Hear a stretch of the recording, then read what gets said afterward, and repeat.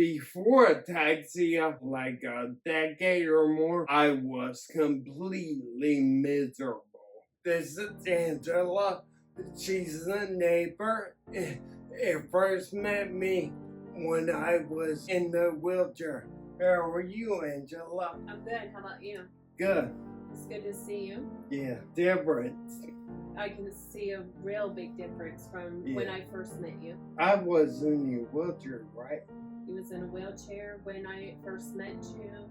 You had trouble feeding and different things, but you've come such a long way. Explain that. Because I wasn't supposed to, but through our approach, I came a long way.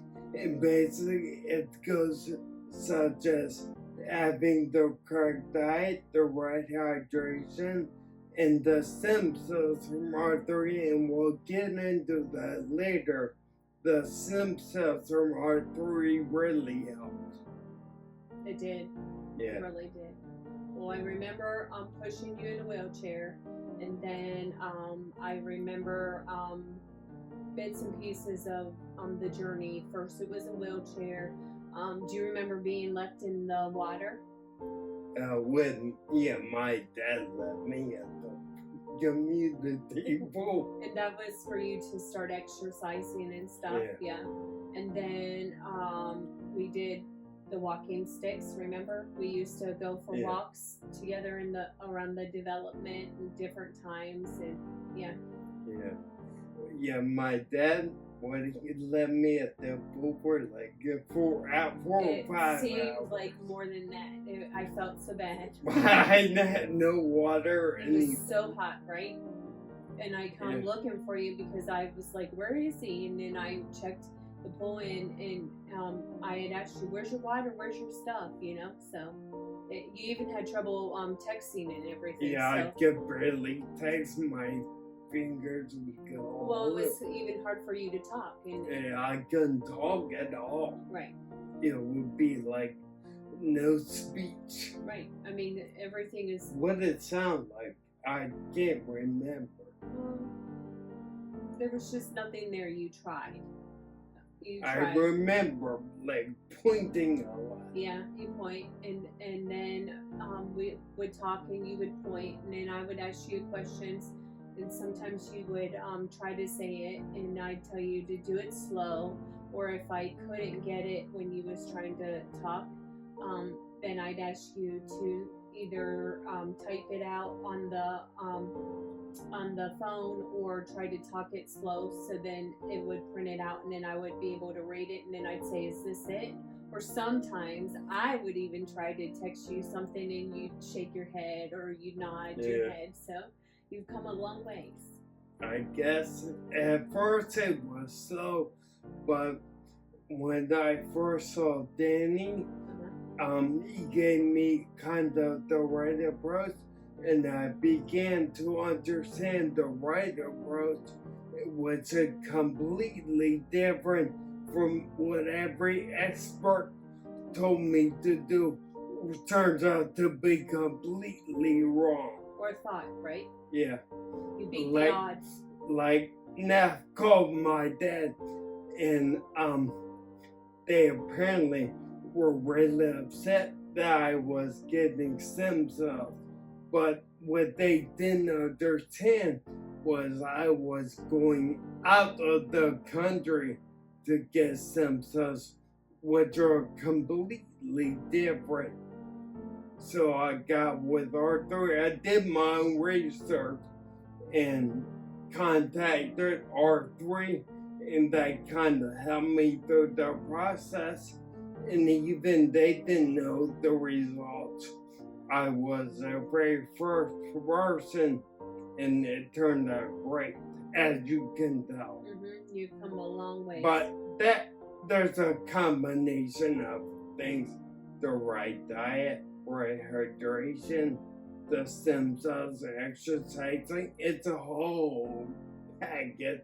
It's our living with the Ataxia approach. It's not just for people with Ataxia, it's for anyone with a neurological condition, And it's also, if you're perfect, say you don't have a neurological condition, it's still really good for you. It will make your life much, much better. I'm much happier because before ataxia, for like a decade or more, I was completely miserable, and diet can cure that if you are strict on your diet. And that's a thing I'm trying to get through to your mom, because I don't want your mom to go through the same thing as my father. Yeah. So I think also having a positive attitude and wanting to keep trying every day helps too. yeah, and there's a myth about I heard people with ataxia pass away early. They don't. What makes them pass away? They sit around, become a basketball because they're told not to do much, or they're told they can't do anything, and they just watch TV. And they pretty much pass away from not being active or being unhealthy. They don't pass away from ataxia or anything. That's a complete myth. Now you have a condition such as ALS, that is a entirely different story. But again, our approach will help that as well. My father recently passed away. He also had a house down here in South Carolina, and we are at the house. Angela's a neighbor, so I very rarely would come down. And yeah, I saw her last time, and I guess her entire family was surprised. Is that fair to say? Yeah, because we hadn't seen you in a while, so this is an amazing how you've come along since we've last seen you. Every time we see you, you keep getting better and better. Yeah, well, they said I was supposed to go Downhill. Stagnant and go downhill. Now, I haven't been able to go to the gym in a couple months, and I can notice myself starting to drop off. So I had to make sure I go back in the gym. I have to make time to go back in the gym because I can start to feel myself. Do you remember that time where we would ride in the golf cart and I was driving, but then eventually you had asked if you could try, and I was like, yeah. So you tried doing it, and that was another thing where they said that you could possibly never do. I had a vision to drive, but my first goal, you should have small goals to lead to a big vision, and a big vision of mine was to drive, and the first step or first goal was to walk again, and I was able to walk with no help with our approach within a year. And after seeing Danny, who is now the LWA president, within like 9 months I was driving. And that was before the first stem cell treatment. And then wasn't you doing in the tractor back in Maryland as well? Yeah, my dad forced me to drive the tractor. Well, but it helped, right? Yeah, definitely helped. And that's a big tractor. We're talking like farm style tractors. Well, of course, that's bigger than a golf cart. Yeah, but the golf cart here in South Carolina, you can drive on the road, but I never drove on the road. Oh, I remember. Do you remember when this all first happened that you couldn't talk and sometimes you would use the computer for like a voice to say something to me, or there was times I was helping with your mom and I would hear you try to go with the The singing Yeah. accent? Yeah, yeah. Do you remember that? I do, yeah. Yeah, because at that time, I wasn't going through speech therapy, so I was doing everything on my own. Or you was trying to like read. Remember, Yeah, you would pull up something and you would try and you would say I, and then you would do. So yeah. Yeah. I still read out loud every night.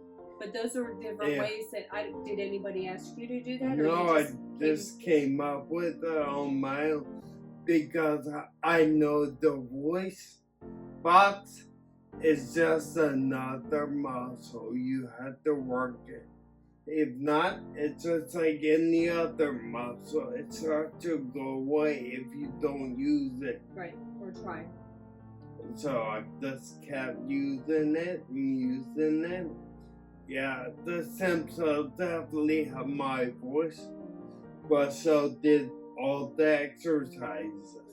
We went from not being able to walk at all to using a wheelchair, and then we used The walker, and then I Yeah. had the sticks. the ski sticks, right? Yeah. And then you would just walk. Well, then you fed me I could barely feed myself. We went to a restaurant one time, and I would go with you and your dad, and then your dad would feed you, and then he'd take a bite. And I was like, I said to you, would you mind if I fed you? And you shook your head no. And I said, you sure it's okay? And you went, yeah. So then I would help feed you for a little bit, but now you're feeding yourself. Yeah, I can pretty much be self-sufficient. How long did that take me? Like, from that state, about 3 years, I guess. Maybe.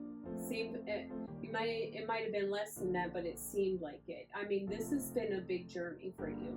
To go back to the Simpsons, yeah, never really scared my dad to where my dad was like, I don't think you should get the Simpsons. And I did my research. It said, I'm getting them. You can either come with me and support me, or you don't have to. I will find someone to come with me. Mm-hmm. And he came with me, and within 24 hours, it was like a whole new person. Wow. I think when you was in the water, he thought that would help with your legs. Yeah. Is that why? Yeah. Or movement or something? The movement. It did help. I went to this pool. Yeah. I went to a family member pool that helped. And little by little, my father kept pushing me, meaning I guess he saw me getting better, and he took the wheelchair away and took the walker away, and I was like, I need them. He goes, well, you're gonna have to crawl. I was like, how am I going to use the bathroom? And he said, you're going to have to crawl to the bathroom. But I ended up figuring it. Yeah. Remember, occasionally when you was in Maryland and I was here, I would check on you and stuff, and you was walking with the cats and stuff. Yeah. My cats actually acted like dogs. Yes. They would follow me everywhere. Right. But I mean, you still took that time when he wasn't there, or when you was by yourself. If he was in Maryland, you still did it. You know what I mean? Yeah. I think when I was in Maryland, I would walk about 8 to 10 miles a day, just like 3 or 4 times a day, kind of break it up.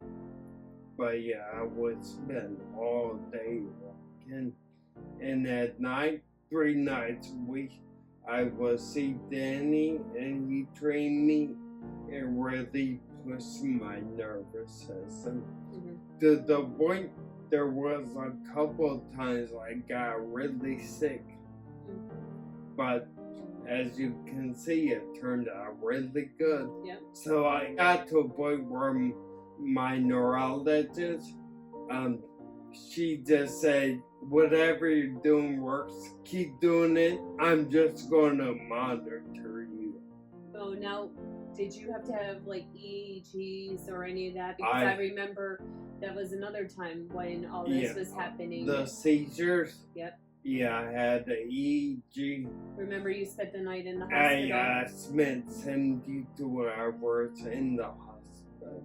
And we was texting and stuff, and I would check on you, and I think it was still hard for you to talk then, because you was like, how am I going to communicate with these nurses? Well, at that time, the hospital that I originally went to, they didn't know I had that Ataxia. That when I went for the EEG, that's when I went to Georgetown University Hospital. And literally, as soon as I walked in, they said, oh, he has Ataxia. I was like, what's that? And I think you texted me a definition. Oh, yeah, that's right. Yeah, because when you said something and you was like, what is that? Then I would look stuff up, or I would ask you questions and you'd say something, and if I didn't know it or understand it, I would look it up, and then I would send stuff back to you. So because of my voice, the nerve that goes from the cerebellum to the voice box is pretty short, and people think I'm always yelling. I'm not. They just can't understand me. No. Like, I get blamed all the time for yelling. I'm not yelling. I'm trying to enunciate. But people get confused. Well, and I don't know sometimes, and that's why when we was shopping the other day, when you said something and it was, I know you're not yelling, but when you say something, I'll say to you, did that hurt? You know what I mean? Like, just to ask. It doesn't hurt. Because I don't know, Yeah, it sounds like it does. Right. But no. Yeah, it's been a learning experience all the way around for everybody. Yeah, and from what I've been told, and it seems to be true, because my voice is getting better and better. I have been told over time now. How much time? They don't know, but over time, my voice will return to somewhat normal. Not normal, but better. If that makes sense. Yeah, sure. But what do you think about my voice now? A lot better. At least you can talk. It's amazing to hear a voice, you know what I mean? Because I didn't know of you in the beginning, but when this all happened, there was no voice, and it was like you tried to, like when we would walk, and I'd say something to you, you tried to say what, and it couldn't come out. Do you know what I mean? Yeah. So to even hear this is really nice. Well, it doesn't sound like my real voice. My real voice is really calm. Really quiet, but is what it is. But it's better than nothing, right? Yeah, it's a very strategic approach that we do, that we offer our clients, and part of that, if I can reach it, part of that, when a person purchases our packages, our exercise packages, this is a special water. It's a secret. There's only one other person on the planet that knows what this water is. Is it water? Yes, 100%. It's 100% water. But it's a certain type. And if you want to know what's in this water, or not really what's in it, but how's it made, you have to reach out to us, and purchase one of the packages. But yeah, there's only one person that, well, there was two. Obviously, my dad passed away, so there's only one more. Wow. But it helps. Well, that's good. I drink what? About 2 gallons of this a day. You need a lot of eggs and a lot of meat. Yeah. We're trying to figure out different ways of cooking eggs. That's right. Well, you told me yesterday. I did some in the microwave so that they were like brown ones. My sister did scrambled ones in the microwave, and then we did some on the stove. We did some of your meat in the oven. So Yeah. we're gonna try some the next time you come down. We'll try some ones made out of the muffin tins and stuff that are kind of Yeah. like those little scramblers. I do want to try them. We can try. Yeah, I'll be back down soon. Yeah, you do drink a lot of water. I do. Do you have to drink? Do you have to be careful of the foods that you eat and the waters that you drink? So I'm obviously on the carnivore diet, which only animal products. Can you have any And fruits or vegetables? again, as soon as you add a fruit or vegetable, it becomes a keto diet. I'm not on that Okay. because, like, when you add vegetables, the vegetables are like a double-edged sword. There's good things, but a lot of bad things. Vegetables are not made to be eaten. There's a lot of toxins in them. When you eat them, they give off poisons, and they do that on purpose. They don't want to be eaten. Vegetables cause kidney stones. And like your sister says, oh, your body is not supposed to digest red meat well. Red meat's the most bioavailable food for you. That's why when you're on the carnivore diet, you don't have much waste. You barely go to the bathroom. Do you not eat a lot of fruits because of sugars? Well, as soon as you have fruit, it's no longer keto. I mean, no longer carnivore, it's keto. No. Dr. Paul Saladino, he was carnivore, and as a fruit, he's fine, but he is more carnivore with slight keto to him. But maybe the carnivore diet is more of a elimination diet, meaning it gets rid of all the crap in your body. The toxins. Yeah, and like since I've been on the carnivore diet, Have you noticed a difference? well, yeah, obviously, but I don't get sunburn anymore. Do you notice by being on this diet, are you have you been less on getting sick? Yeah, and I usually can tell if we go out to eat, if they have seed oils, meaning canola oil or vegetable oil, corn oil. If they spray a grill with him, because that stuff was loaded with those oils, and I can usually tell really quick because you start really feeling bad. Well, remember, Dad did it Yeah. and didn't realize it, and I said, oh, it might hurt him, and he said, oh, it won't hurt him, and then I Well, that's what a lot of people think, but actually what hurts kind of more. side effects would you get from it, or have you That found? stuff, it kind of makes you really lethargic. Really, it kind of messes with your mind. Like you become really ornery, stuff like that. Really impatient. Yeah, you really notice it a lot. Do you notice it fast or does it gradually come on? No, I personally notice it really fast. I usually can tell within a couple minutes.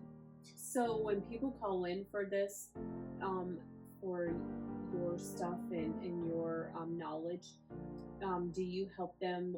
Does each person get their own diets or? Yeah, we customize each package depending on the individual.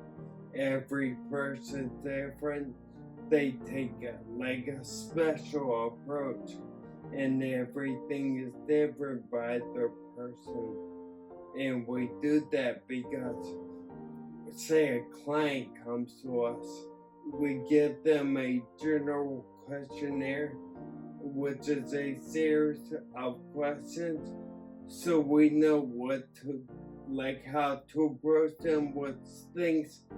And we do a Zoom call with basic exercises, let Danny review them, and then we develop a exercise plan, a diet plan, and put it all together for that person. And that's their package. Yeah. That's nice. Now, it depends on the size of the package. Right.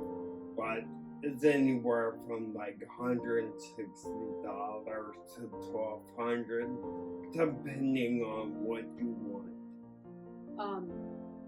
Do you guys allow or teach people restaurants that they can go to if they're not at home doing this? Like if they was out, if there was an emergency, or if they had to go to a different state to visit family and they're not used to it? Only chain restaurants, and you have the local restaurant. Obviously, we will know that. But the best thing for people to do is to ask their server or waitress, how do they cook their do they use seed oils or do they use butter?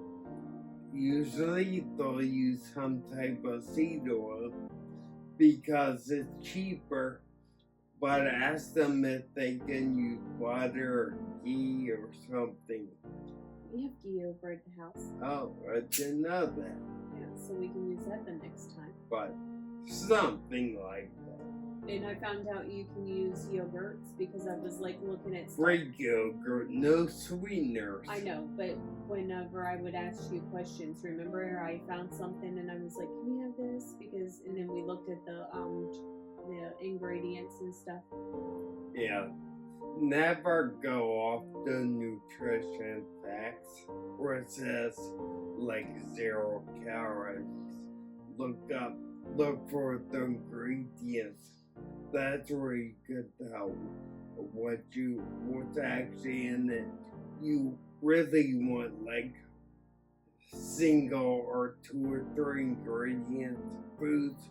More organic stuff is better? Not really. It depends. Things that say are heart healthy, they're really not heart healthy. Or USDA is something USDA, that's a scam. So you can use any kind of eggs, right? There's levels. You have pasture raised, which is the top, or your local farmer. Yeah. They'll have eggs. That is your best. Then there's all levels cage free, free range. Then you have your regular eggs, which is better than having a breakfast bar. It's not perfect, but it's still better. There's levels to everything. Can you eat all kinds of meats on this? Yeah. We're going to try lamb, remember, the next time you come back? Lamb is perfect. What about pork? Gonna have pork. I personally, I don't really like pork, but you can have it. Is there a limit on the amount of meat that you can eat in a day? I eat somewhere around 2 to 3 pounds of meat a day. So you have that satiety signal, the signal from your stomach to your brain to tell your brain, all right, I've had enough to eat, and you'll get that signal and you'll say, okay, I've had enough. When you introduce carbohydrates, it blocks that signal. That's why restaurants give you that bread in the beginning. It's not to be nice, it's to get you to spend more money. Yeah, it seems nice, but it's not a nice thing. They're trying to get you to, I forget the facts, but people that indulge in their bread spend like 70% more or something on desserts or something. If they get bread in their food with their food? Something. Oh, like wow. That. That's wild. But yeah, if you want to know our approach, thanks for watching. I'll put a link in the description. Thank you.